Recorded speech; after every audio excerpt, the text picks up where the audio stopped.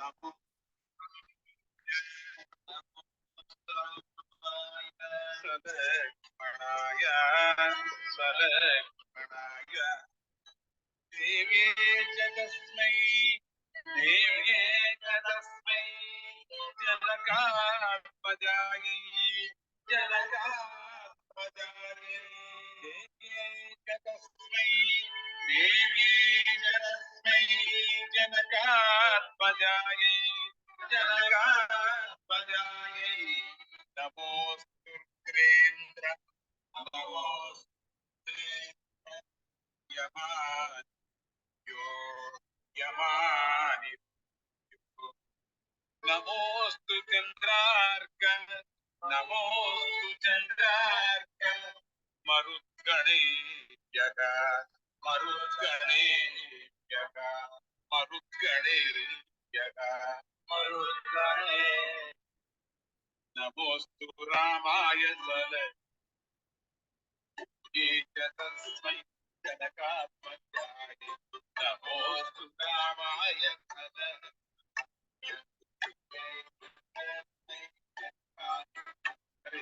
नमोस्तु रामाय देव्ये च तस्मै जनकात्मजाय नमोस्तु रामाय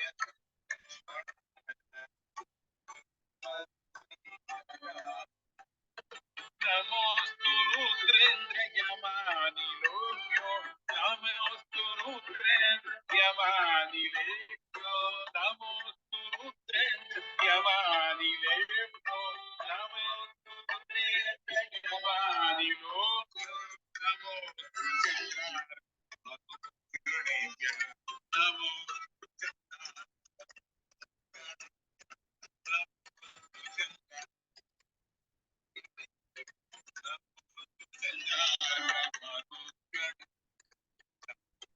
रामाय लक्ष्मणाय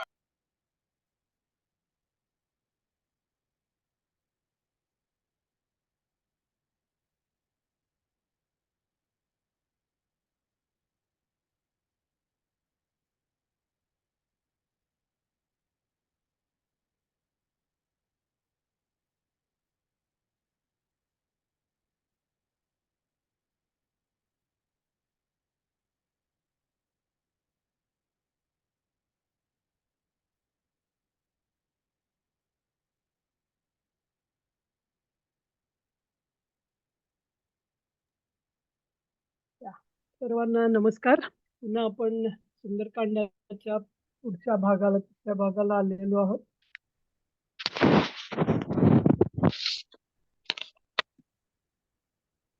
संकल्पाची पुनरावृत्ती करून आपण पुढे जाऊया. डोळे बंद करा. राम नामाचा जप करा. हरे राम राम राम हरे हरे, हरे राम राम राम हरे हरे, हरे राम राम राम हरे हरे. हनुमानजींना तुमची विनंती सांगा. स्पष्ट सकारात्मक शब्दात तुम्ही गेल्या 2 भागांमध्ये जी विनंती केली आहे तीच विनंती पुन्हा करा. श्रीरामजींना नमस्कार करा.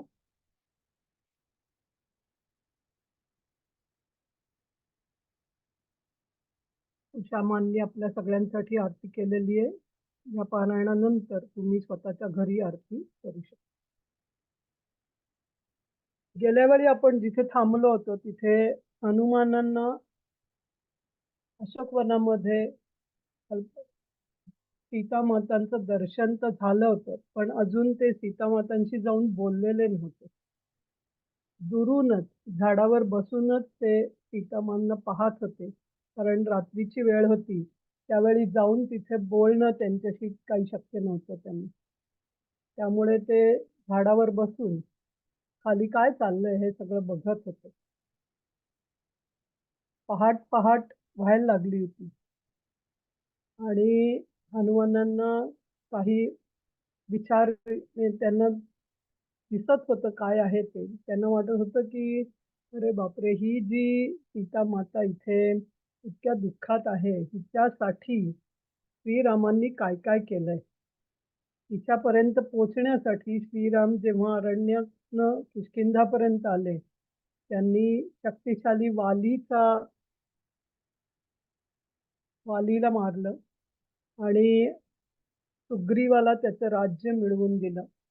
त्याच्यामुळे भयंकर वेगवेगळ्या योद्ध्यांसाठी किंवा तेव्हा ते युद्ध झालं तेव्हा बरेच युद्धे गेले आणि 14,000 भयंकर राक्षस त्या ह्याच्यामध्ये मारले गेले प्रोसेसमध्ये.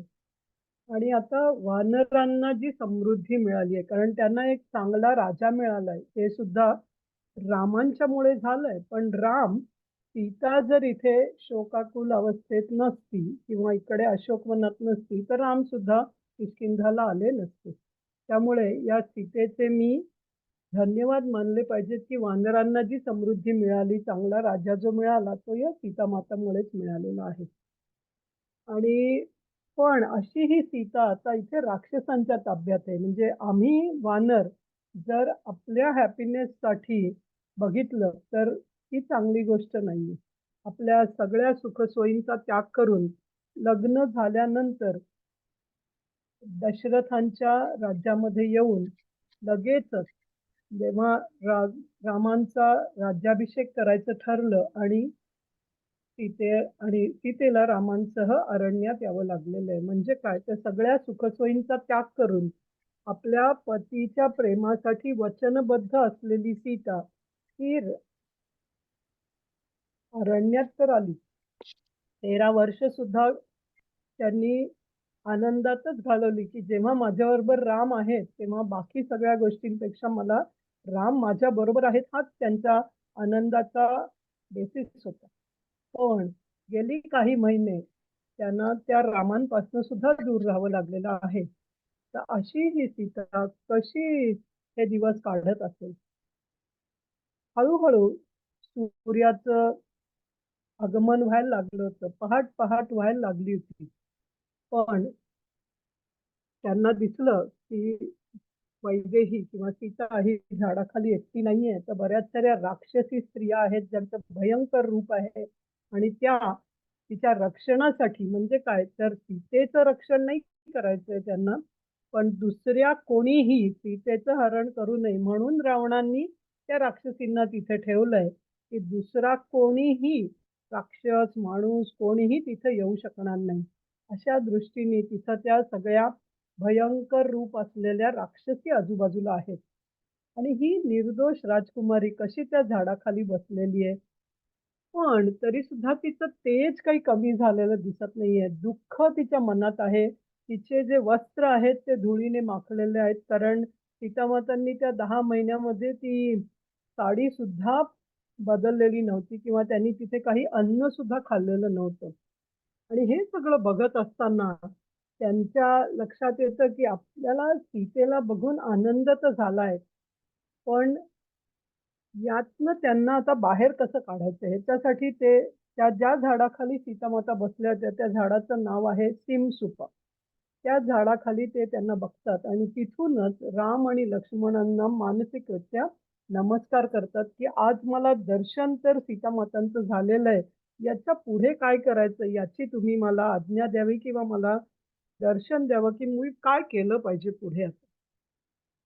त्याच वेळी सकाळी रावण त्यांच्या महालामध्ये पहाटे पहाटे उठतात आणि ते शक्तिशाली रावण उठल्यानंतर नॅचरली त्या महालात असल्यामुळे सगळे त्यांच्या आजूबाजूचे लोक सुद्धा ते उठल्यावरती उठतात आणि या रावणांना सकाळी सकाळी सीतेची आठवण येते आणि राक्षस रूप असल्यामुळे राक्षस स्वभाव असल्यामुळे सकाळी सुद्धा ब्रह्ममुहूर्त असताना सुद्धा त्यांना अशोकवनाकडे येण्याची इच्छा होती.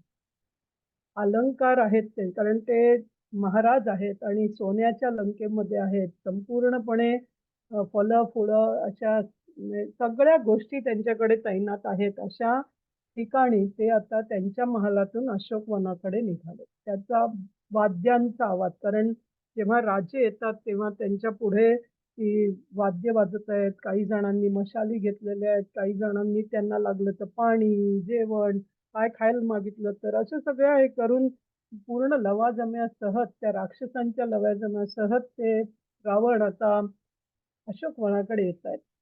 पण ते सगळं दिसायला जरी खूप चांगलं असलं तरी त्यांच्या मनामध्ये काय येतं वासना आणि अभिमान की मी आहे असा शक्तिशाली की कोणीही मला हरवू शकत नाही, कोणीही माझ्यावर जिंकू शकत नाही. आणि आता या सीतेला फक्त मला मनवायला पाहिजे, कारण ती मी जे मागतोय त्याला ती मान्यता देत नाहीये. त्यामुळे हा राजा जो मन्मथ सारखा दिसतोय तो तिथे यायला लागलेला आहे. आणि वर बसलेल्या हनुमानांना ते रावण येताना दिसतात. पण त्यांच्या लक्षात येतं की मी जर त्यांना दिसलो तर ते बरोबर होणार नाही. त्यामुळे ते त्या झाडांच्या ते खूप बहरलेलं झाड आहे. अशोकवनातली सगळीच झाडं बहरलेली आहेत. तर त्याच्या आतमध्ये ते आपला छोटा आकार करून आलेले असल्यामुळे लपून राहतात. आणि रावण आता सीतेच्या जवळ येऊन म्हणजे सीता जिथे बसली आहे तिथे येतात आणि सीतेशी बोलायला लागतात. सीता तर दुःखी दिसतेच आहे. पण तिला रावण म्हणतात की तू माझ्यापासून का घाबरतीयस? तुझं शरीर आक्रसून घेऊ नकोस मी आलोय म्हणून. तुला माहितीये की मला तुझी इच्छा आहे. त्यामुळे तू मला उपकृत कर. कुठले असं कोणीच पुरुष आजूबाजूला नाहीयेत. पुरुष राक्षस पण आजूबाजूला नाहीयेत की जे त्यांचं रूप बदलू शकतात. या सगळ्या ज्या आहेत त्या राक्षसी आहेत. त्यामुळे तू काही घाबरू नकोस. तू जर मला मान्यता दिलीस, तू माझं जर मागणं मान्य केलंस, माझी पत्नी होण्याची तू इच्छा मान्य केलीस, तर कोणालाही कळणार नाहीये. आणि राम सुद्धा इथे नाहीयेत. तर तू का असा आग्रह धरलायस? तू तू का माझ्यापासून दूर राहण्याची इच्छा ठेवली आहेस? असं करून ते तिला विचारत राहतात. हनुमान जेव्हा वरून बघताहेत, तर एकच हे सीता माता तिथे बसलेले आहेत. आपण विचार केला तर हनुमान सीतेकडे कसं बघतायत आणि रावण सीतेकडे कसं बघतायत आणि या दोन्हीला सीता काय कशी म्हणजे प्रत्युत्तर करते, कारण तिच्या हावभावातनं तिच्या तिथे बसण्यातनंच ती सांगते. ती जास्त बोलतही नाहीये तिथे काही. पण हनुमान जेव्हा सीतेला बघतात तेव्हा याच्या मागे म्हणजे ॲक्चुअली पुढच्या एका कांडामध्ये ही गोष्ट येते, की जिथे सती अनसूया म्हणजे ॲक्चुअली अरण्यकांडामध्ये जेव्हा ते पुढच्या नाही मागच्या एका कांडामध्ये अरण्यकांडामध्ये ही गोष्ट येते, की जेव्हा राम आणि सीता हे चित्रकूटमधून त्या जंगलातनं जात असतात, तेव्हा सप्तर्षींमधील एक अत्री ऋषी आणि त्यांची पत्नी अनसूया हे त्यांना त्यांच्या आश्रमात बोलवतात. तेव्हा देव कुठल्या गोष्टींचं प्रोसेस करतात किंवा सेटिंग होतं किंवा जे काही घडण्याचं ठरलेलं आहे, त्याच्या आधी बऱ्याच गोष्टी या देवच करत असतात, असं वाटतं ही गोष्ट बघितल्यावर. कारण चित्रकूटमध्ये राम आणि सीता अत्री ऋषी आणि अनसूयांच्या आश्रमात, याला सुद्धा अनसूया आश्रम म्हणतात. त्याला कधीही अत्री आश्रम म्हणत नाही. कारण अनसूया ही स्वतः खूप साधना केलेली आणि सती अनसूया म्हणूनच आपण त्यांना बघतो. त्यामुळे त्यांनी स्वतः खूप साधना केलेली आहे. आणि सीताचं काय आहे, की जस्ट त्यांचं लग्न झालेलं होतं आणि त्या घरी आल्या होत्या त्यांच्या नवीन लग्न घरी. म्हणजे लग्न होऊन रामांच्या घरी आल्या होत्या आणि त्यांना ते घर सोडून जावं लागलं होतं. त्यामुळे त्यांना कोणीही आत्तापर्यंत त्यांच्या आईनी जे त्यांना सांगितलं असेल तेच, पण त्यांना कोणीही पत्नी म्हणून काय हे सांगितलं नाहीये. तेव्हा सती अनसूया त्यांना बोलवतात आणि सांगतात, की हे राम सीता यांचं ते आनंदाने त्यांचं काय म्हणायचं त्यांना खूप साऱ्या गोष्टी देतात. त्यांचं छान आदरातिथ्य करतात. आणि मग जेव्हा अनसूया सीतेशी बोलत असतात, तेव्हा सांगतात त्यांना, की सीता पत्नी म्हणून सगळ्यात मोठं कर्तव्य, सर्वोच्च कर्तव्य काय आहे? तर आपल्या पतीची तपस्या आणि भक्तीने सेवा करणे. त्या पतींकडे काय आहे? त्यांच्याकडे राज्य आहे का नाहीये? त्यांच्याकडे तुम्हाला देण्यासाठी सगळ्यात उत्तम गोष्टी आहेत का नाहीयेत? हे न बघता आपले पती हेच सर्वात उत्तम आहेत, हे लक्षात ठेवून त्या पतींची तपस्या करणं हा पत्नीचा एक उत्तम धर्म आहे. आणि त्या सीतेला एक पवित्र माळा आणि चंदनाची पेस्ट, आता मला याचं मराठी करताना ते पेस्टच राहिलंय, सॉरी फॉर दॅट. आणि त्याच्यानंतर अजून एक अलंकार देतात सीतेला. आणि ही जी चंदनाची पेस्ट त्यांना दिलेली आहे, त्याच्याबरोबर ती एक साडी पण त्या त्यांना देते. ती जी साडी आत्ता सीतांनी जी घातलेली आहे, त्याला पूर्णपणे चंदनाची पेस्ट लावलेली ती साडी आहे. आणि ते अलंकार त्यांना जे देतात, त्या गोष्टी सीतेंकडे आहेत. आणि त्याच्यामुळे होतं काय, की कितीही दिवस गेले तरी सीता त्यांचं सौंदर्य कायम टिकून राहतं आणि ती साडीसुद्धा चंदनानी लेपलेली असल्यामुळे तिला काहीही मलिन होत नाही ती साडी. ही त्याची खूप महत्वाची गोष्ट आहे, की अनसूया माँ ही त्या सीतेंना देतात आणि तीच साडी परिधान करून सीता माँ आहेत तिथे. आणखीन एक गोष्ट, की सीतांनी काहीही अन्न खात नाहीत. त्या म्हणतात, "रावण हा जो दुष्ट आहे, त्याच्या घरातलं मी एक शीत सुद्धा खाणार नाही. त्याच्यात ज्यांनी दिलेले कपडे सुद्धा घालणार नाही." त्यामुळे त्या तिथं अन्न खात नाहीत.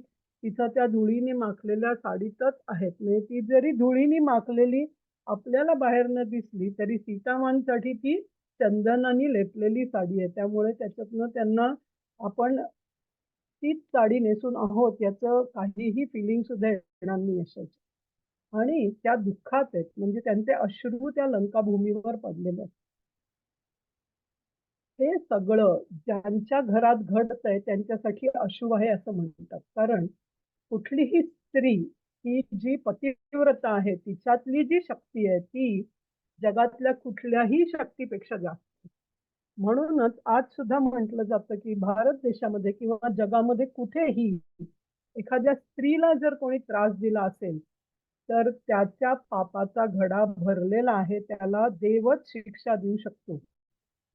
पण ती स्त्री त्याच्यासाठी पूर्णपणे एक पतिव्रता असली पाहिजे किंवा तिने तपस्या केलेली असली पाहिजे. त्यामुळे स्त्रीसुद्धा तितकीच तपस्यारत असली पाहिजे आणि दुष्ट माणूस जो आहे, तो समजलं पाहिजे त्याला, की मी ही दुष्टता स्त्रीबरोबर नाही केली पाहिजे. आता सीता राहिली कशी? इतके 10 महिने ती तिथं होती. तर कशी राहिली असेल? अन्नही तिने जर रावणाच्या म्हणजे त्यांनी लंकेचं अन्न खाल्लं नाहीये. त्यांनी अन्न खाल्लं नाहीये असं नाहीये. तर सीतांसाठी इंद्रदेव खीर पाठवत असत. आणि इंद्रदेव जी थोडीशी खीर पाठवायची त्यातली थोडी खीर सीता ही भूमिपुत्री आहे. त्यामुळे ती थोडी खीर भूमीला द्यायची आणि थोडी खीर राम आणि लक्ष्मणांसाठी ठेवून मग उरलेली खीर खात असत. आणि ते केवढं कशासाठी खात असत तर शरीर जगण्यासाठी थोडी ऊर्जा मिळावी म्हणून. आता इंद्रदेव आलेले कोणाला दिसणार नाहीत का असं आपल्याला वाटू शकतं. पण ही जी साधनेची शक्ती आहे कारण ते इंद्रदेवांचे दूत फक्त सीतामातांच्या साधनेमुळे त्यांनाच दिसू शकायचे. बाकी सगळ्या राक्षसी वृत्तींच्या लोकांना ते दिसू शकायचे नाहीत, असं लिहिलेलं आहे. तो जेव्हा एखाद्या ठिकाणी कोणत्याही महिलेचा अनादर होतो आणि जी महिला पवित्र आहे, तपस्यारत आहे, तेव्हा त्या महिलेची शक्ती त्या दुसऱ्या ज्या वाईट माणूस आहे, जो त्या महिलेचा अनादर करतोय, त्याला ती जाळून टाकू शकते. इतकी ती प्रबळ असते. हे आपण सगळ्या महिलांनी लक्षात ठेवलं पाहिजे, की आपण पूर्णपणे तपस्यारत असलं पाहिजे. आपलं मन पूर्णपणे आपल्या स्वतःच्या ज्या व्हॅल्यूज आहेत त्याच्याशी रत असलं पाहिजे. तर आपल्याला जगातल्या वाईट लोकांपासून दूर राहण्याची शक्यता ही वाढते. वाईट लोक नसतील असं आपण म्हणू शकत नाही, पण त्या वाईट लोकांना त्रास आपल्याला देऊ शकणार नाहीत इतकी पॉवर स्त्रियांमध्ये आहे. त्याची आठवण आपल्याला रामायण करून देतं आणि यासाठी आजच्या जर जगामध्ये रामायणासारख्या गोष्टी आजच्या मुलांना, तरुण मुलांना नाही समजल्या, नाही सांगितल्या, तर त्यांच्यात या दोन्ही गोष्टी म्हणजे तिथे असलेल्या कन्या या तपस्यारत किंवा पतिव्रता असण्याचा अर्थ काय आहे हे न समजणारे असतील आणि तिथे असलेली जी म्हणजे आजच्या जगातली जी मुलं आहेत त्यांना आपण कुठल्याही महिलेचा अनादर नाही केला पाहिजे, ही शिकवण सुद्धा मिळत नाहीये. त्यामुळे आज सुद्धा रामायण हे खूप महत्वाचं आहे कारण या गोष्टी मोठ्या माणसांनाच नाही तर तरुणांना आणि लहान मुलांना पण समजल्या पाहिजे. तेव्हा हनुमानच जेव्हा सीतेकडे वरून बघतात, तेव्हा ते काय म्हणतात? तर नमस्कृत्याच रामाय लक्ष्मणाय च वीर्यवान म्हणजे हे राम आणि लक्ष्मण जे या सीतेसाठी अविरत प्रयत्न करत आहेत, त्या दोघांसाठी आणि सीतेसाठी माझे नमस्कार. असं करून ते रावण आलेले आहेत, ते दुःखी आहेत, ते बघून सगळं त्यांनाही आवडत नाहीये. पण ते या सगळ्यातनं सीतेला बाहेर काढण्यासाठी राम आणि लक्ष्मणाचीच प्रार्थना करतात. आता अनसूया मी ही गोष्ट पुन्हा अरण्यकांडातच ठेवती आहे थोडा वेळ.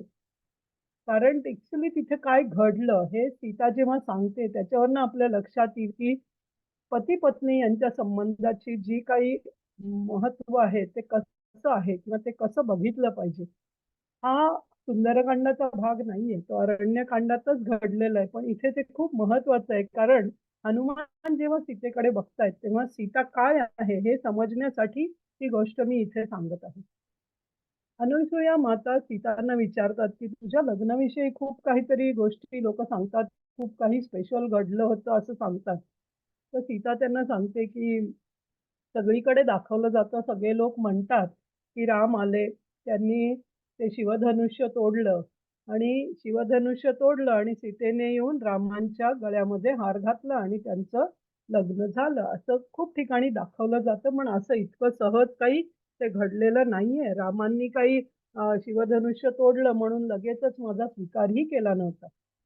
जेव्हा माझे वडील जनक हे आता शिवधनुष्य तुम्ही तोडलेलं आहे, तेव्हा जे पाणी, ज्याचं पाणी ग्रहण असं ज्याला म्हणतो, तसं ते एक पाणी घेऊन तिथं जातात आणि सांगतात, की आता तुम्ही हा जो प्रण होता तो सिद्ध केलेला आहे. तुम्ही ते शिवधनुष्य तोडलेलं आहे. तर आता तुम्ही माझ्या पुत्रीचा स्वीकार करा. तेव्हा राम त्यांना सांगतात, की "नाही, नाही, नाही. सीता, हे जे शिवधनुष्य मी तोडलं आहे, यामुळे मी प्रण जिंकलो आहे. पण आमचं जेव्हा लग्न व्हायला पाहिजे, तेव्हा हा जो संबंध आहे, तो बरोबर आहे का नाही, तो स्वीकारायचा का नाही, हे डिसाईड करण्याची किंवा हे स्वीकारण्याची जी अ, जे कोणी केलं पाहिजे ते आहेत माझे वडील. त्यामुळे तुम्ही प्रथम दशरथ महाराजांना हा निरोप पाठवा. त्यांनी जर स्वीकार केलं, तर हे लग्न होऊ शकेल. मी काही असंच शिवधनुष्य तोडलं म्हणून इथे हे करणार नाही. तेव्हा मग दशरथांना निमंत्रण पाठवलं जातं आणि दशरथ आता वय झालेलं आहे, त्यामुळे मी एकटा जाऊ शकत नाही. तर काही आता लग्नाचं बोलणं करायला जायचं तर ते त्यांचे राजगुरू वसिष्ठ यांनाही त्यांच्याबरोबर घेऊन येतात आणि त्यांच्या बऱ्याच साऱ्या राज्यातल्या मंडळींना पण घेऊन येतात. आता वसिष्ठ आणि दशरथ हे सगळे जनकांच्या राज्यामध्ये आलेले आहेत. आपण लग्न म्हणजे काय किंवा हे लग्न बरोबर आहे का नाही, या दोघांची जोडी बरोबर जुळते का नाही, हे बघण्यासाठी काय बघितलं पाहिजे? हे इथे भरपूर समजण्यासारखी गोष्ट घडते आणि ती माझ्यासाठी आज खूप महत्त्वाची असं वाटतं म्हणून मी इथे दाखवलंय. सांगते आहे, की वसिष्ठ सांगतात, की दशरथांचा वंशज काय आहे? हे दशरथांचा वंश म्हणजे काय हे तुम्हाला कळलं, तर तुमचं हे दोन्ही घराणी एकमेकांशी जोडली गेली पाहिजेत का नाही? म्हणजे काय तर जेव्हा एक मुलगा आणि मुलगी यांचं लग्न होतं किंवा ते नवरा आणि नवरी होतात, तेव्हा त्या दोघांचं लग्न होतं असं नाहीये, तर 2 घराण्यांचं लग्न होतं. 2 घरांनी एकमेकांना एक्सेप्ट केलं पाहिजे. ते दोघंच एकमेकांना नवरा-नवरी एक्सेप्ट करणं पुरेसं नाहीये, पण ते समतुल्य असलं पाहिजे आणि ते समतुल्य आहे का नाही हे सांगण्यासाठी वसिष्ठ सांगतात, "मी तुम्हाला दशरथांच्या वंशाविषयी सांगतो."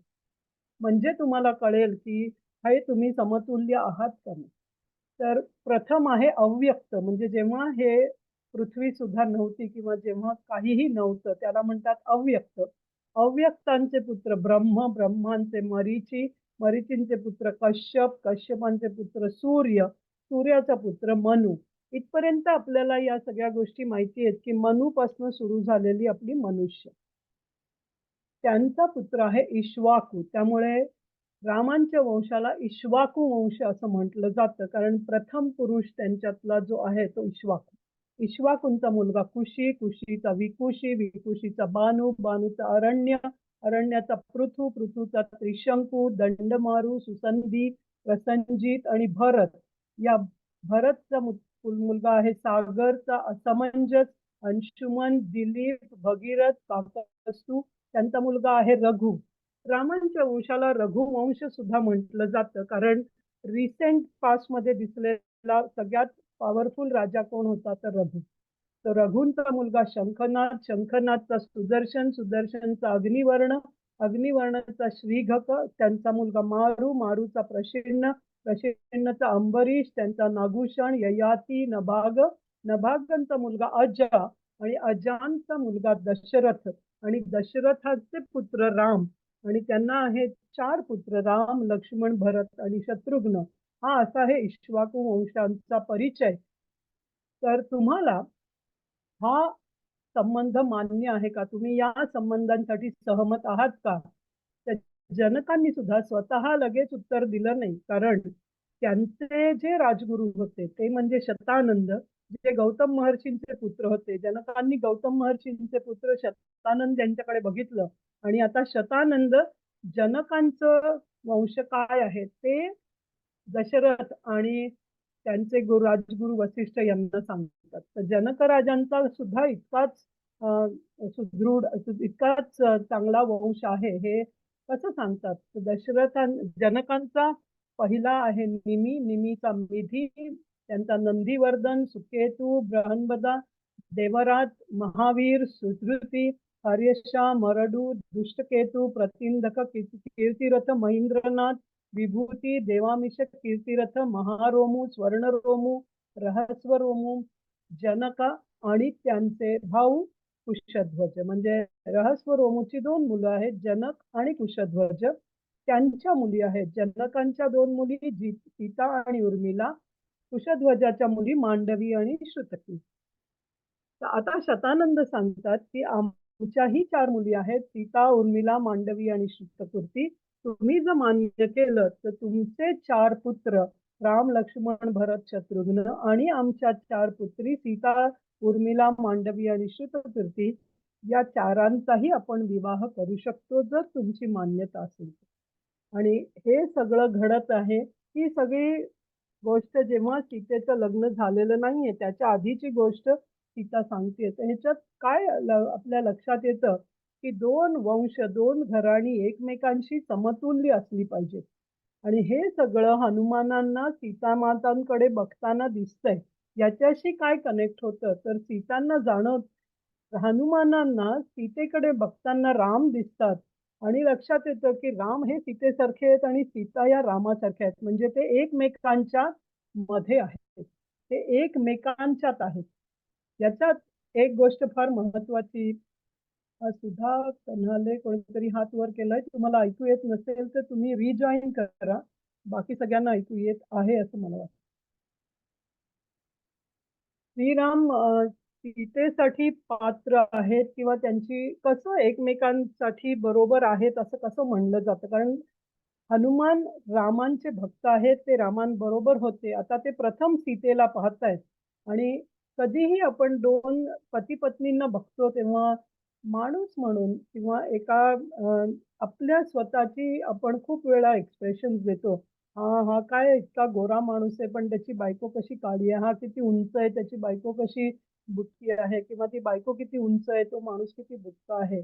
पण आपण हे सगळं बाह्य स्वरूप बघून ते दोघं समतुल्य आहेत का नाही बघत असतो. पण देव जेव्हा जोड्या बनवतात, तेव्हा ते पात्रता, आचरण आणि त्यांचं जे मन आहे त्याच्यानी जोड्या बनलेल्या असतात. तेव्हा आपण कधीही कोणाही विषयी हे दोघं काही बरोबर जोडी वाटत नाही असं म्हणण्याची अर्हता आपल्याकडे नाहीये. कारण ज्या जोड्या बनवल्या जातात किंवा ज्या जोड्या बनतात त्या पात्रता म्हणजे समतुल्यता ही बाह्य स्वरूप नसून ती आंतर स्वरूपाने बनलेल्या असतात.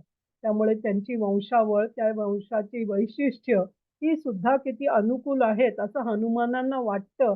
म्हणून मी हा वरचा भाग तुम्हाला सांगितला की त्यांची समतुल्यता ही हनुमानांना कशी दिसते. तर ते म्हणतात, तिथे एक श्लोक वाल्मिकींनी दिला आहे की तुल्यशीला वयोवृत्ताम तुल्या अभिजन लक्षणाम. तुल्यशीला म्हणजे त्यांचं शील, राम आणि सीता यांचं कसं तुल्यमान आहे, ते कसे समान आहेत. वयोवृत्ताम म्हणजे सीता ही रामांपेक्षा लहान आहे आणि ती रामांना एक प्रार्थना स्वरूप बघते. आणि अभिजन लक्षणा म्हणजे दोघांच्या मधली जी लक्षणं आहेत ती एकमेकांना पूरक आहेत. राघवो अर्हति वैदेही तम का अयम असित ईक्षण. म्हणजे हे दोघं कसे एकमेकांसाठी पूरक आहेत हे हनुमान बघत आहेत. म्हणजे तर हनुमानांना आता प्रथम सीता आणि राम हे कसे एक आहेत हे इथे समजत आहे. इथे झालं हनुमानांना काय दिसतंय, पण त्याच ठिकाणी हनुमान सीतेला मातेसारखं बघत आहेत आणि रावण सीतेला पत्नीसारखं बघत आहेत आणि या 2 गोष्टी इतक्या विरुद्ध आहेत. सीता ही जगन्माता आहे. हनुमानाला त्या मातेसारख्याच दिसतात. हनुमानांच्या मनात त्या जशा होत्या तशाच त्यांना दिसत आहेत. त्या दुःखात आहेत, त्या रामाला सोडून असल्यामुळे त्यांना हे आनंदात तर त्या असूच शकत नाही. पण रावण त्यांना काय सांगतोय? रावण त्यांना कितीतरी दिवस तुम्ही माझ्या प्रस्तावाची स्वीकार करावा, तुम्ही माझी पत्नी व्हावं याचीच विनंती करत आहे. सीतेला सांगतायत तिथे एक हे येतं, "एक वेणी धरा शय्या" म्हणजे तू एक वेणी घालतेस, तू जमिनीवर झोपतेस, तू इतक्या मोठ्या लंकेमध्ये आहेस, पण तू इथल्या कुठल्याही गोष्टींचा अनुभव घेत नाहीस. तू असं किती दिवस राहणार आहेस? हे जे तुझं तारुण्य आहे ते फार दिवस राहणार नाही, ते निघून जाईल. तू माझी पत्नी हो आणि तुझा जो भ्रम आहे की राम येईल आणि तुला सोडवून नेईल असं काहीही होणार नाहीये. कारण मी इंद्रांना सुद्धा हरवलेलं आहे. कोणीही या जगामध्ये रावणाला जिंकू शकत नाही. रामापेक्षा मी तपश्चर्येमध्ये महान आहे कारण मी शिवभक्त आहे. पराक्रम, संपत्ती, तेज, कीर्ती या सगळ्यात मी रामापेक्षा जास्त आहे. तर तुला का राम पाहिजेलेत? हे असं सतत रावण तिला सांगत आहे. आणि हा जो दुष्टपणा दिसतो, आपल्याला वाटेल की रावण हे किती चांगले आहेत, ते विनंती करतायत. सीता मान्यता देईपर्यंत ते काही करत नाहीयेत. पण ह्याच्या मागे सुद्धा एक कथा आहे. रावण हे दुष्टच आहेत. ते काही सीतेची विनंती ती मान्य करेपर्यंत राहणाऱ्यातले राक्षस नाहीयेत. त्यांनी आत्तापर्यंत कितीतरी लोकांना, कितीतरी बायकांना त्रास दिलेला आहे. त्यातच एक गोष्ट घडलेली आहे. काही दिवसांपूर्वी सीतेचं हरण करण्याच्या आधी. रामांचे मोठे भाऊ होते कुबेर. कारण रावण आणि कुबेर हे एकमेकांचे वडील दोघांचे सेम आहेत. त्या रावणाचे मोठे भाऊ होते कुबेर आणि कुबेरांच्या मुलाची पत्नी ही रावणांची सुद्धा सून होते. पण रावणांचं त्यांच्या त्या सुनेवर, कुबेरांच्या सुनेवरती मन जडतं आणि ते तिच्यावरती तिचं हरण करतात किंवा तिला ते स्वतःची पत्नी मानून तिच्याबरोबर रथ करतात. ती खूप त्रस्त होते. ती आपले सासरे कुबेरांकडे जाते आणि रावणांची सांगते की यांनी असा माझ्याबरोबर व्यवहार केलेला आहे. मी त्यांच्या सुनेसारखी आहे, पण यांनी इतकी दुष्टता माझ्याबरोबर केलेली आहे. तुम्ही यांना शाप द्या किंवा तुम्हीच याचा काय निकाल लावला पाहिजे. कारण ही बरोबर गोष्ट नाहीये. मी यांच्या मुलीसारखी आहे, मी यांच्या सुनेसारखी आहे, तरीही यांनी माझ्याबरोबर अवहेलना केलेली आहे. तेव्हा कुबेर हे शिवाचेच भक्त आहेत. तर कुबेर त्यांना शाप देतात, की याच्या पुढे कधीही तू कुठल्याही स्त्रीची तिची इच्छा नसताना जर तिच्याबरोबर भोग केलास, तर तुझ्या डोक्याची चक्ल होतील. तू मरून जाशील. तुझं पूर्णपणे नाश होईल. असा शाप रावणांना मिळालेला आहे. आणि त्यामुळे ते सीतेला तिची इच्छा नसताना हात लावत नाही. कारण त्यांना माहिती आहे, की ही जर चूक मी केली तर काय होऊ शकतं. ते काही सीतेवरती खूप उपकार करतायत, तिला विनंती करतायत असं नाहीये. पण त्यांना माहिती आहे, की कुठल्याही स्त्रीला आज जर मी तिची इच्छा नसताना तिचा भोग घेण्याचा प्रयत्न केला, तर मी नष्ट होणार आहे. हे त्यांना माहिती आहे. म्हणून रावण सीतेला विनंती करत आहेत. ही त्याच्या मागची कथा आहे. सीता या जगन्माता आहेत. आपला एक पुत्र, त्यांच्यासाठी रावण सुद्धा एक पुत्र आहे. तो आपल्याशी असं कसं बोलू शकतो हे बघून सीता खूप दुःखी होतात. त्या ते ऐकूही शकत नाहीत जे रावण बोलतायत. तेव्हा इथे वसिष्ठांचा एक श्लोक आहे ज्याच्यामध्ये येतं, की जर आपण बघितलं, की एका पुरुषाच्या आयुष्यामध्ये एक स्त्री आई म्हणून येते, एक स्त्री पत्नी म्हणून येते आणि एक स्त्री मुलगी म्हणूनही येऊ शकते. तर आई, पत्नी आणि मुलगी यांच्यामधला काय फरक आहे? तर तिथे एक श्लोकामध्ये वाल्मिकी सांगतात, की आईचं प्रेम हे दूध जेव्हा उकळत असतं आणि ते जेव्हा आता त्या भांड्यातनं बाहेर येणार आहे, अशा वेळी आपण काय करतो, तर त्या दुधावर थोडंसं पाणी शिंपडलं, तर ते दूध खाली बसतं. म्हणजे ते आता भांड्यातनं बाहेर येत नाही. तर त्या उकळत्या दुधावर शिंपडलेलं पाणी हे आईच्या प्रेमासारखं असतं. आणि पत्नीचं प्रेम म्हणजे काय? तर बायकोचं प्रेम म्हणजे काय? तर ते दूध उकळण्यासाठी लागणारी जी आग आहे, ती पत्नीचं प्रेम आहे. या विरुद्ध गोष्टी आहेत दोन्ही. एक आहे ते पत्नीचं प्रेम जे आहे ते आग आहे ते उकळण्यासाठी मदत करतं आणि आईचं प्रेम जे आहे ते उकळणं थांबवण्यासाठी मदत करतं.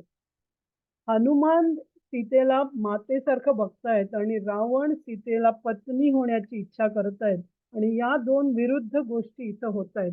मी सुंदरकांड सुरू केलं तेव्हा पण आपण बघितलं होतं, की विरोधाभास हा सुंदरकांडाचा खूप मोठा एक बेसिस आहे आणि इथेही हा भासच दिसतो. आणि सीता ही सर्व प्राणीमात्रांची माता आहे. तिला जगन्माता म्हणलं जातं. रावण तिला माता म्हणून पाहत नाहीये. ही सीतेची खूप मोठी व्यथा आहे. तिच्या आतमधलं दुःख हे आहे, की याला का समजत नाही. पण ती ते त्यांना सांगू शकत नाही कारण ती एक मनुष्य रूपामध्ये आता तिथे आहे.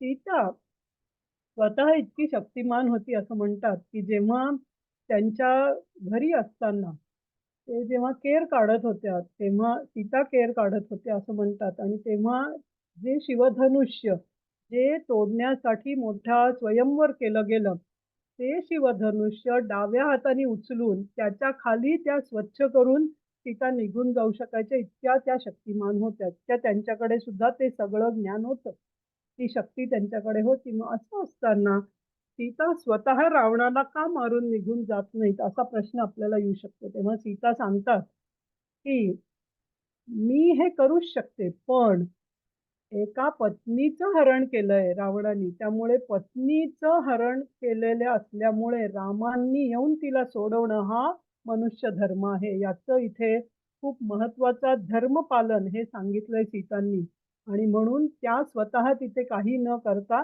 त्या फक्त त्यांच्या निश्चयाशी दृढ आहेत, की राम येणार आहेत आणि त्या रामांची वाट पाहतायत, की राम येऊन रावणाचं हरण करणार आहेत, दहन करणार आहेत, हे त्याची वाट बघत आहेत. तर सीता रावणाची विनंती नाकारतात. त्या सांगतात, की "तू हे विचार सुद्धा करू नकोस. तू माझ्यामध्ये गुंतण्याचा काहीही हे करू नकोस. मला वाटतं, की तुझ्या आजूबाजूला इथे कोणी पुण्यवान पुरुष नाहीयेत, संत नाहीयेत आणि म्हणूनच तू असे विचार करू शकतोस. तुझं मन दुष्ट आहे कारण तुला कोणीही योग्य सल्ला देणारं इथे नाहीये.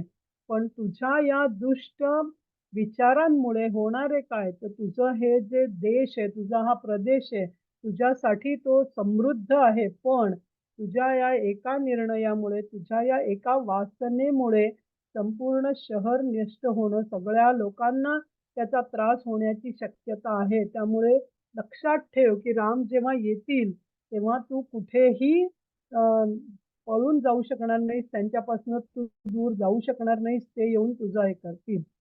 आणि सूर्याचं तेज जसं सूर्यापासून कोणी काढून घेऊ शकत नाही, तशीच रामापासून मी विभक्त होऊ शकत नाही. राम आणि मी यांना कोणीही सेपरेट करू शकत नाही, हे ती त्यांना सांगते. आणि धर्मजाण ती त्यांना एक आई म्हणून कसा हे करतील त्याच पद्धतीने ती त्यांना सांगते, की "रावणा हे तू अन्य नाही असे विचार करू नकोस. तुला मृत्यू हेच येऊ शकतं आणि ॲक्चुअली राम हे इतके चांगल्या मनाचे आहेत. तू हे सगळं जरी चुकीचं केलं असलंस, तू माझं हरण करून मला इथे इतके दिवस ठेवलं असलंस तरी सुद्धा, आता तू जा जिथे राम आहेत, त्यांची तू क्षमा माग. त्यांना सांग, की मी चूक केली. तर ते मोठ्या मनाचे राम तुला तू शरण गेलास तर तुला क्षमाही करतील.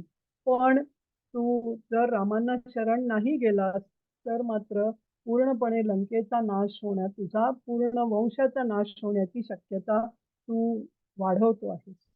आणि त्यामुळे तुला कोणीही वाचवू शकणार नाही. तू इंद्राकडे जा, तू कुबेराकडे जा, कुठेही जाऊन लप, पण तू वाचू शकणार नाहीस. हे त्या परत-परत सांगतायत आणि ती विनंती त्यांची नाकारतच आहेत त्या. आणि हे सगळं आज का आपण बोलतोय, तर हनुमान हे सगळं वरून बघतायत. आणि त्यांना किती दुःख होत असेल, की हे जे बघू नाही अशी गोष्ट मला बघावी लागते. माझे जे प्रभू राम आहेत, त्यांच्या पत्नीशी हा दुष्ट कसा वागतो आहे हे सगळं ते बघतात आणि मग ते हे सगळं अशक्य आहे, हे असं नाही व्हायला पाहिजे.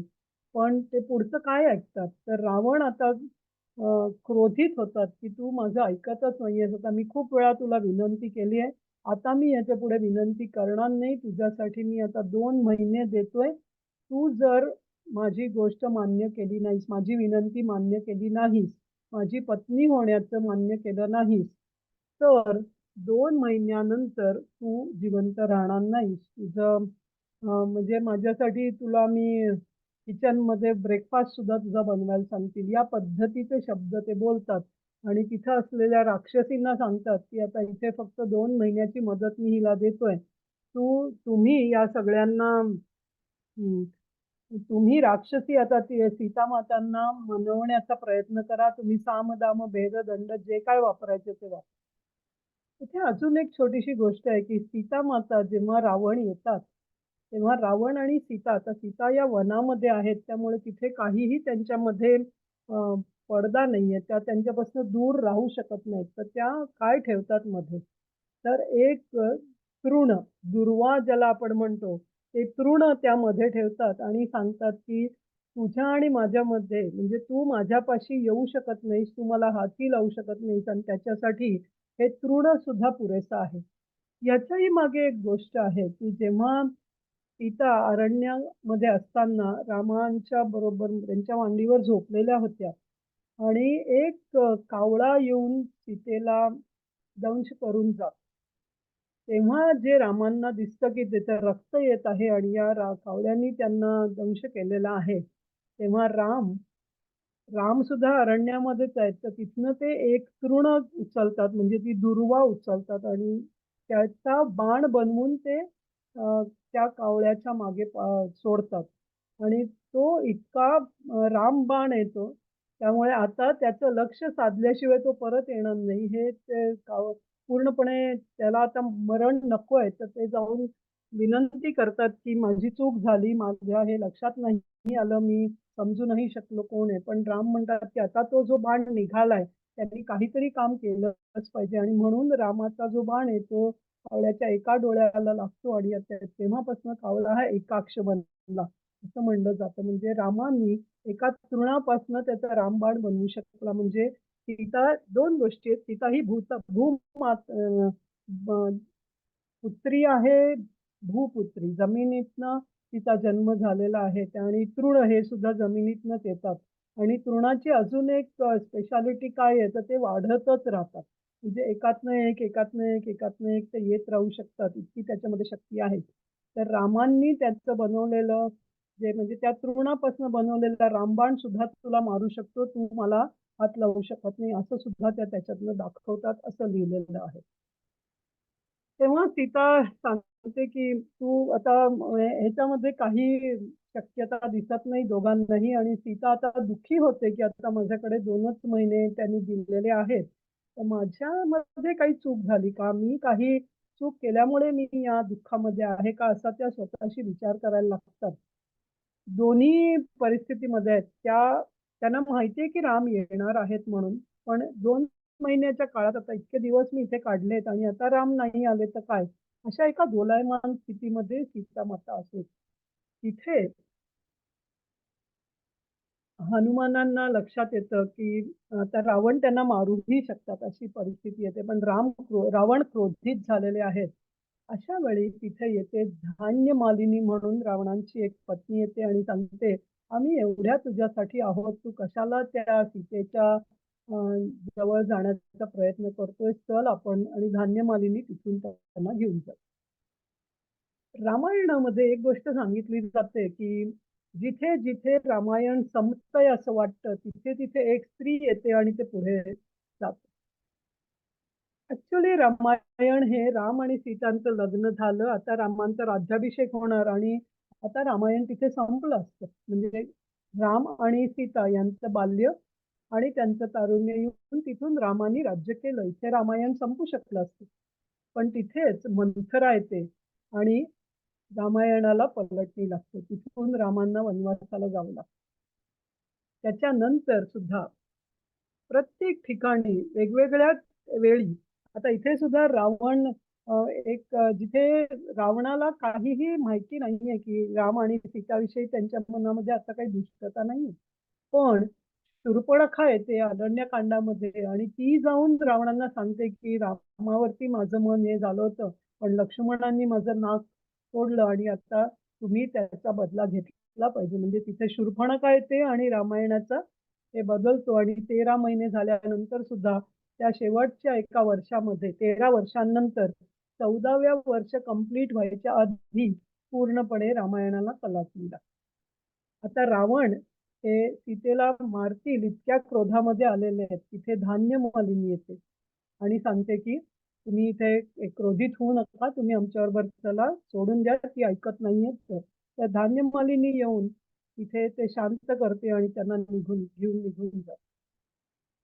असं रामायणामध्ये खूप ठिकाणी दिसतं की जिथे जिथे रामायण आता संपेल असं वाटतं, तिथे तिथे एक स्त्री येऊन त्या रामायणाला कलाटणी देते.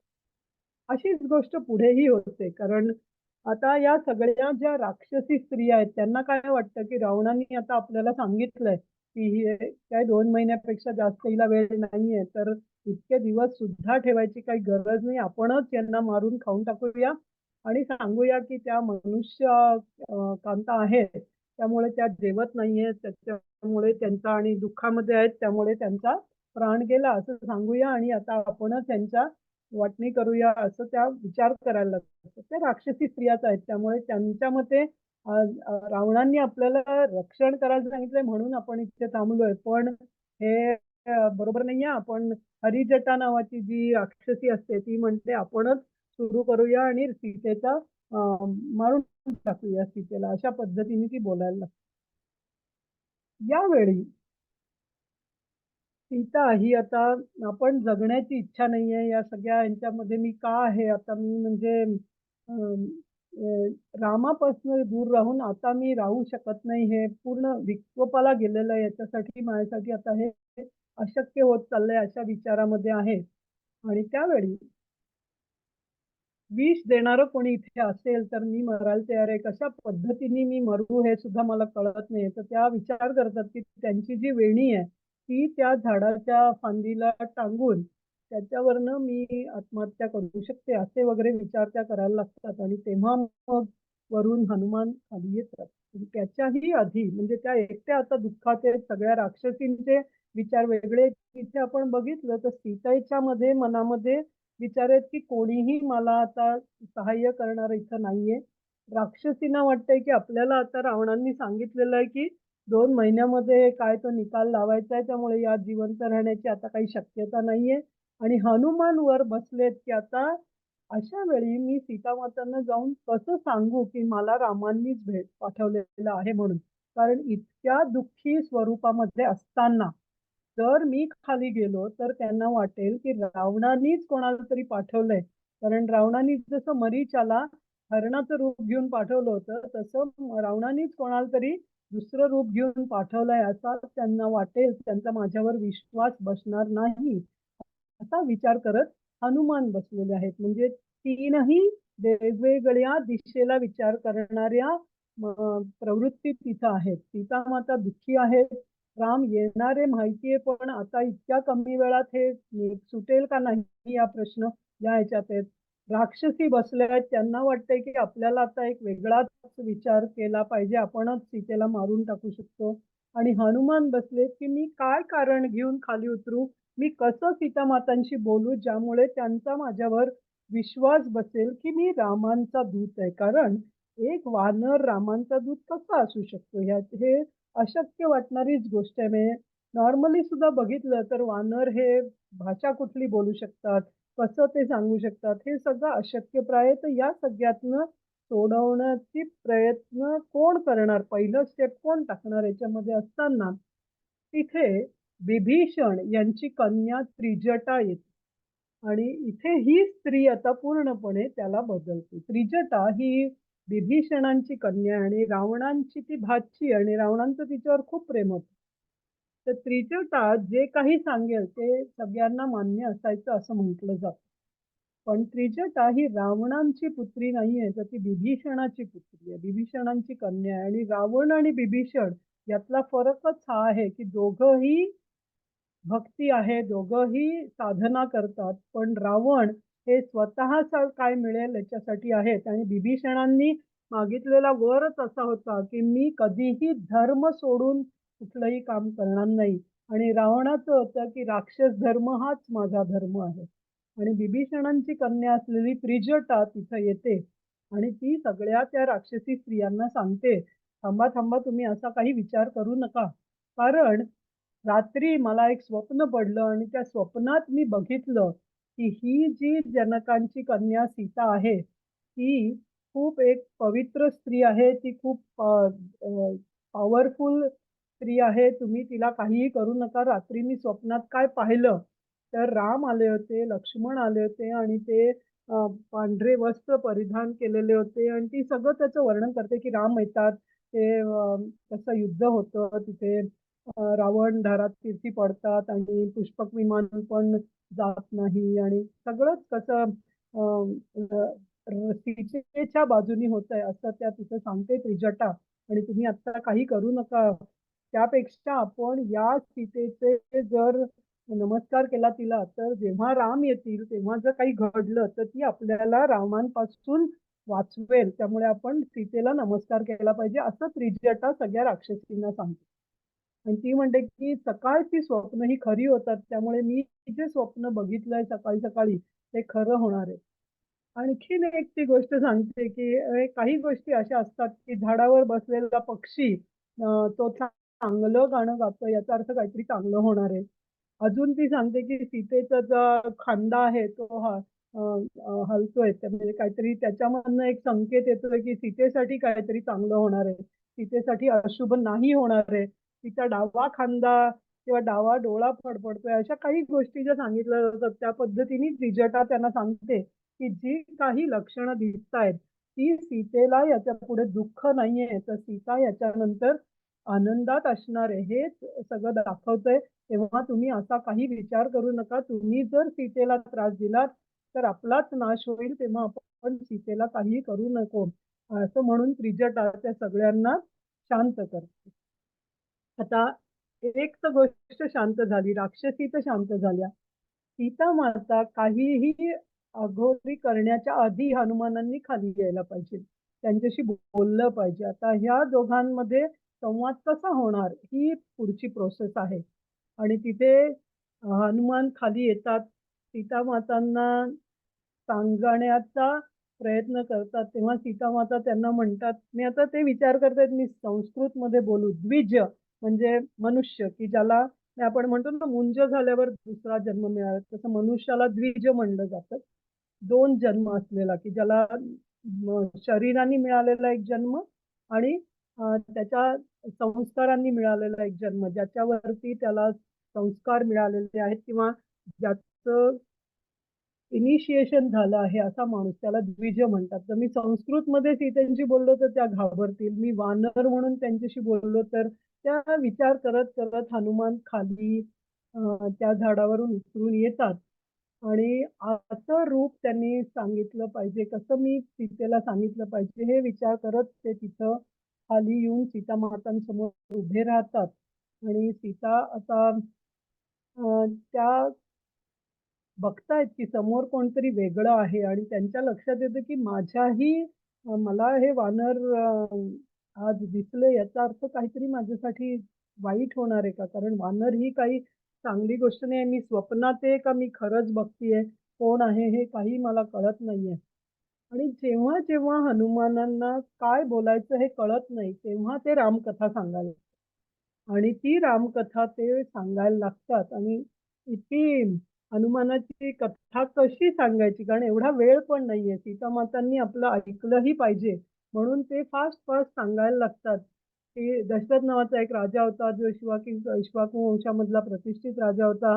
दशरथ अहिंसेसाठी वचनबद्ध होता. तो प्रमुख इक्ष्वाकू वंशाचा राजा होता आणि त्यांनी त्यांचा ज्येष्ठ पुत्र राम हा धार्मिकतेचा रक्षक होता. आपला रक्षक, लोकांचं रक्षण आणि सर्व प्राण्यांचं रक्षण करणारा होता आपल्या वडिलांच्या शब्दाला मान देऊन राम आणि त्यांची पत्नी आणि त्यांचे भाऊ लक्ष्मण हे जंगलात गेले. रावणाने रागाच्या भरात सीतेचं हरण करून रामाला फसवून सीतेचं अपहरण केलेलं आहे. हा सीतामातांना माहिती असलेला भाग ते फास्ट बोलतात आणि त्याच्यानंतर असा काही भाग सांगतात जो सीतामातांना माहिती नाहीये.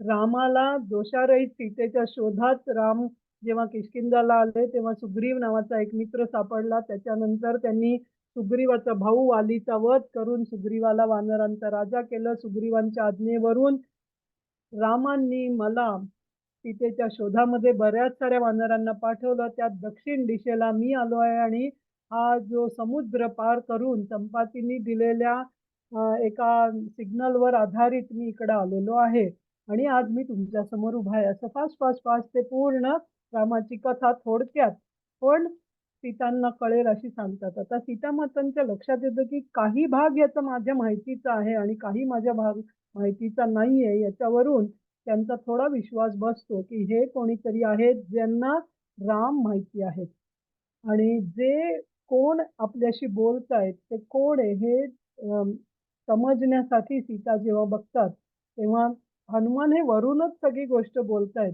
आणि सीतामाता त्यांच्याकडे वर जेव्हा बघतात तेव्हा मग हनुमान खाली येतात आणि सांगतात की मी पवनपुत्र हनुमान आहे आणि मी ते काय असं सांगत नाहीत की मी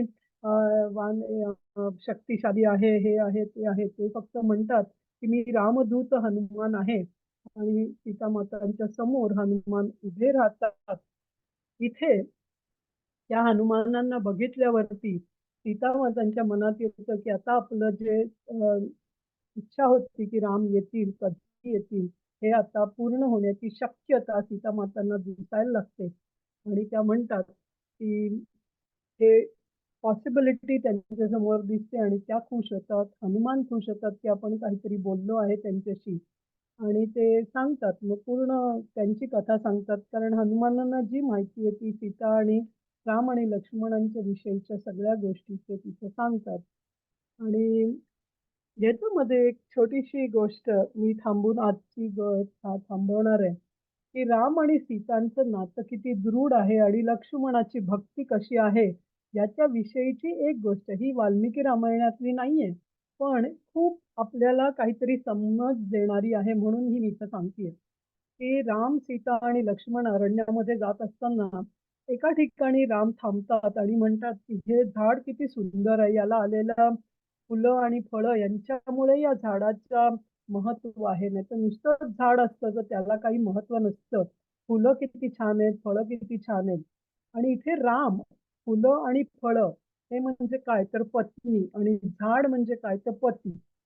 अशा पद्धतीने लक्ष्मणांना सांगतायत, की लक्ष्मणा तुला माहिती आहे का, की या सुंदर फुलाफळांमुळे या झाडाला महत्त्व आहे. म्हणजे पत्नी ही खूप चांगली असेल, पत्नीचं व्यवहार कसा आहे, तिचं आचरण कसं आहे, त्याच्याप्रमाणे पतीला मान्यता मिळते.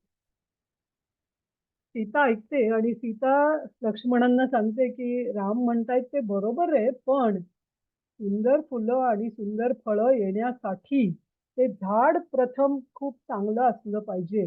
त्यामुळे झाड जर चांगलं असेल तरच त्याला फळं-फुलं चांगली येऊ शकतात. म्हणजे पत्नी ही कितीही चांगली असली तरी पती जर तेवढा स्ट्राँग नसेल, पती जर तेवढा शक्तिवान नसेल, तर त्या पत्नीला त्याचं काहीही महत्त्व नाही. आता हे दोघं एकमेकांविषयी लक्ष्मणाला सांगतायत. तेव्हा ते विचारतात, "लक्ष्मणा कोण बरोबर आहे सांग? मी बरोबर आहे का सीता बरोबर आहे?" असं राम विचारतात. तेव्हा लक्ष्मण त्यांना सांगतात, की "झाडांमुळे फुलं सुंदर आहेत का फुलांमुळे झाड सुंदर आहे मला माहिती नाही. पण अशा सुंदर फुलं असलेल्या झाडांखाली मला आश्रय मिळालाय म्हणून मी महान आहे. म्हणजे अशा पती-पत्नींचा मी एक भाऊ आहे किंवा दीर आहे ह्याचा माझं भाग्य आहे. त्याच्यातनं लक्षात काय येतं तर राम आणि सीता यांच्यात किती प्रेम वेगळ्या पद्धतीचं आहे, किती उत्कटता त्याच्यामध्ये आहे आणि लक्ष्मणाला त्याचं समज आहे, की मी किती भाग्यवान आहे कारण मी राम-सीतामुळे.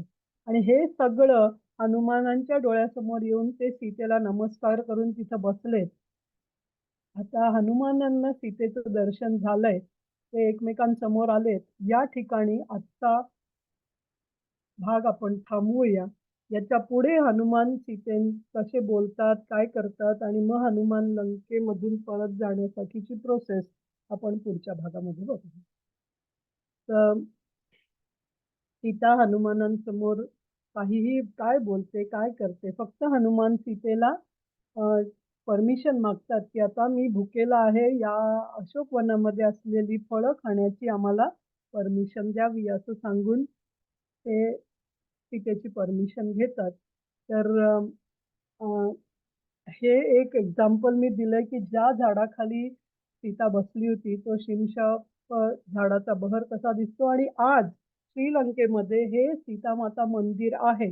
जर तुम्ही कधी श्रीलंकेला गेलात भ्रमणासाठी, तर या मंदिराला भेट द्या. कारण हे आज पण तिथे मंदिर जिथे अशोकवनामध्ये सीता बसलेली होती, असं म्हटलं जातं. त्या ठिकाणी बांधलेलं हे मंदिर हे आज पण आहे. हे आजचं मंदिर आहे, म्हणजे तेव्हाचं मंदिर नाहीये. आज हे सीतामातांचं मंदिर तिथं आहे. ते जाऊन तुम्ही बघू शकता. सो आज आपण काय-काय बघितलं, तर 16 ते 32 हे सर्ग आपण बघितले. सीतेला बघून हनुमान व्यथित झाले. रावणाने अशोकवनात प्रवेश केला. रावणाने सीतेला पुन्हा त्यांची पत्नी होण्याचा प्रस्ताव दिला. सीतेने ती विनंती नाकारली. रावणांनी सीतेला आता 2 महिन्यांची मुदत दिली आहे. सीता निराश आहे, जीवनाचा त्याग करण्याचा विचार करतीये. पण तेव्हाच त्रिजटा विभीषणाची कन्या येऊन सगळं स्वप्न सांगून सगळ्या राक्षसींना थांबवते. काही वाईट विचार करू नका म्हणून सांगते.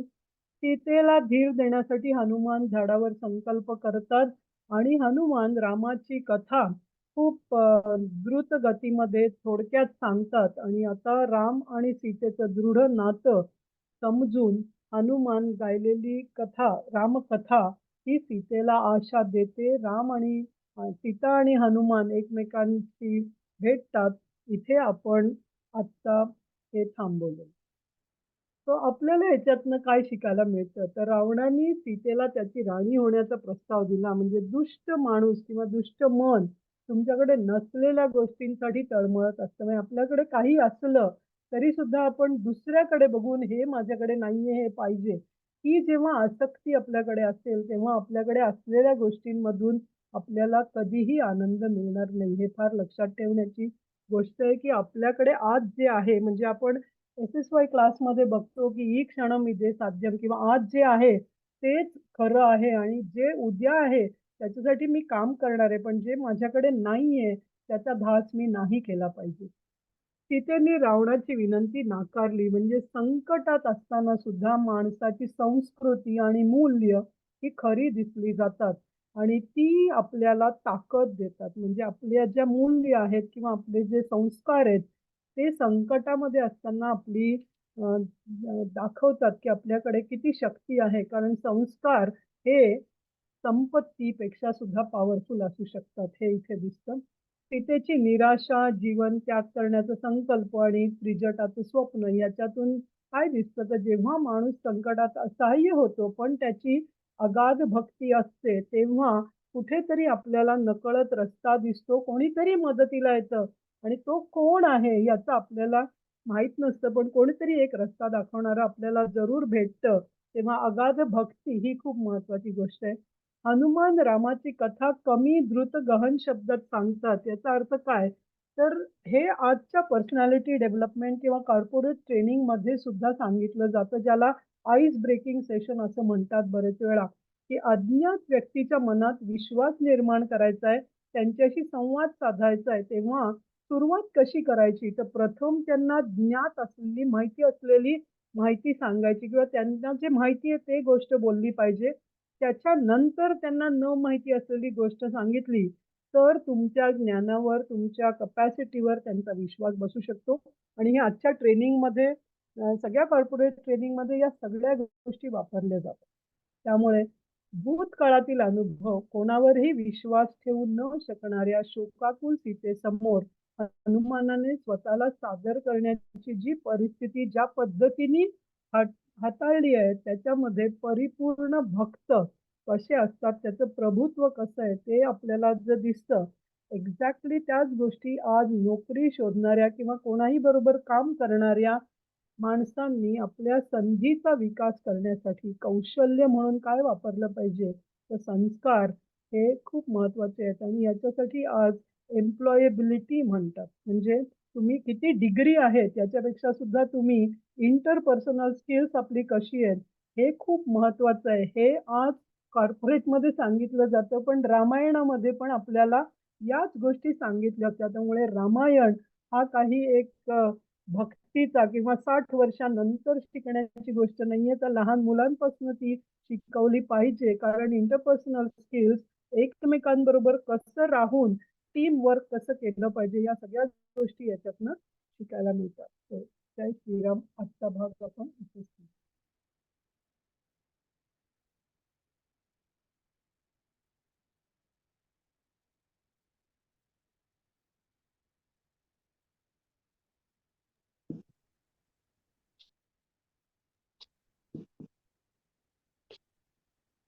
जय श्रीराम. या. कोणाला काही विचार व्यक्त करायचे असले तर बोलू.